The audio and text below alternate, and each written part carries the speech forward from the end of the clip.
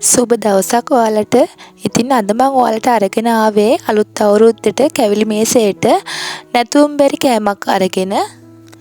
ඉතින් ලේසියෙන්ම ක්‍රිස්පියට කොකිස් හදාගන්න හැටි අද මම ඔයාලට කියලා දෙනවා. මේ කොකිස් හදන්න පොල් කිරි අවශ්‍ය වෙන්නේත් නැහැ. එහෙනම් අපි බලමු අවශ්‍ය ද්‍රව්‍ය මොනවද කියලා. අපිට මුලින්ම අවශ්‍ය වෙනවා තෙත හාල් පිටි ග්‍රෑම් 100ක්. ඊළඟට පාන් පිටි අරන් තියෙනවා ග්‍රෑම් 50ක්.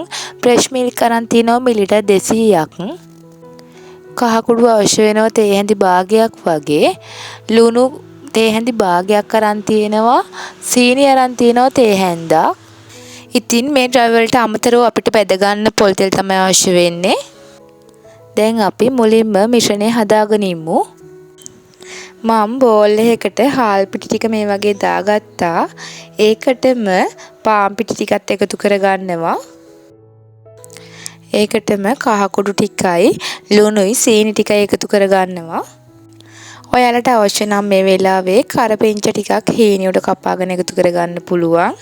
කෑලි මිරිස් එකතු කරගන්නත් පුළුවන්. ඉතින් මේ ටික මම හැන්දකින් මික්ස් කරගෙන කිරි ටික ටික එකතු කරගනිමින් අනා ගන්නවා. අපිට මේ මිශ්‍රණය මධ්‍යම ඝනකමින් ගන්න ඕන. මම මේ කියපු ප්‍රමාණයක් මේ විදිහටම ගත්තම හරි.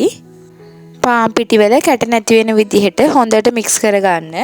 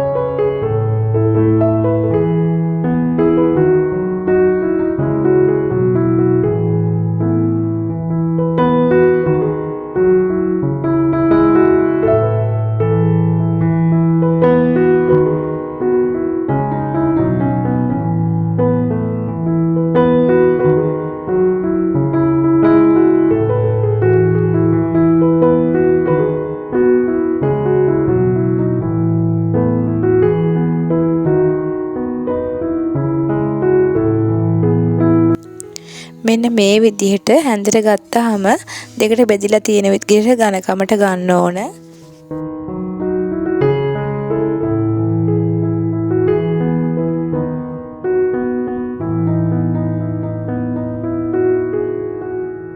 ඔන්න දැන් අපේ මිශ්‍රණය හරි. දැන් අපි මේක බෙදගමු. කොකිස් බෙදගනිද්දී පැතිරි භාජනයක් තියෙනවා නම් ඔයාලට ලේසි. මොකද කොකිස් දෙක තුනක් එකපාර දාගන්න පුළුවන් නිසා. මම මේ කොකිස් හදන්නේ non stick කොකිස් අච්චුවෙන්. මෙන්න මේ අච්චුවෙන් තමයි හදන්නේ. ඒකටම කූරකුත් තියෙනවා. ඉතින් අනෙත් අච්චුව වගේ පදම් කර කර ඉන්න ඕනත් නැහැ. මේ අච්චුව හරිම ලේසි කොකිස් හදන්න.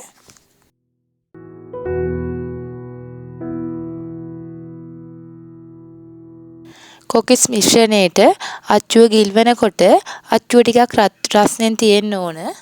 ඒක නිසා තෙල් ටිකක් රත් වුණාම මම අච්චුවත් තෙල් එකේ ගිල්වලා තියෙනවා ටිකක් වෙලා.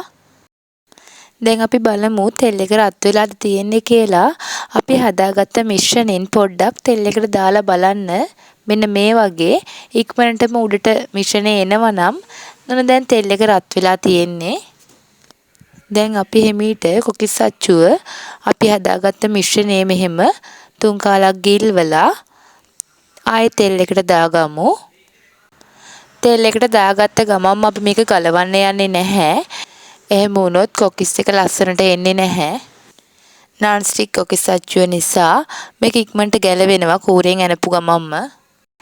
මේ non stick කොකිස් අච්චුවෙන් කොකිස් හදනකොට අපිට වෙන තව ගැටලුවක් තමයි කොකිස් එක ඩැමේජ් වෙන එක. ඒකට හේතුව තමයි කොකිස් අච්චුව රත් වෙලා නොතිබීම. මධ්‍යම ප්‍රමාණයේ රත් වෙලා තියෙන්න ඕනේ අපි කොකිස් මිශ්‍රණයේ අච්චුව ගිල්වනකොට. ඒ වගේමයි ගොඩාක් අච්චුව රත් වෙලා තියෙන්නත් බෑ. ගොඩාක් අච්චුව රත් වෙලා තිබ්බොත් එහෙම කොකිස් අච්චුවට කොකිස් මිශ්‍රණය අල්ලන්නේ නැහැ.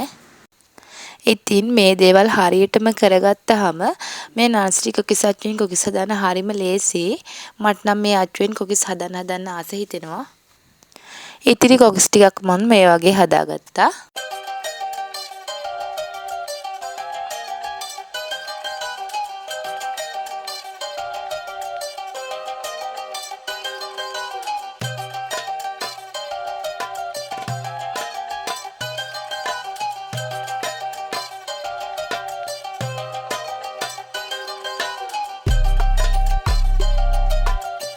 මෙන්න තියෙනවා අපි හදාගත්ත කොකිස් ටික.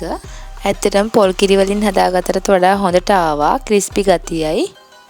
ඉතින් ඔයාලට මගේ වීඩියෝ එක වැදගත් වුණා නම් channel එක subscribe කරලාම එකතු වෙන්න. එහෙනම් තවත් අලුත් වීඩියෝ එකකින් මුණ ගැහෙනකම් අදට ඔබෙන් සමුගන්නම්. ඔබට සුබ දවසක්.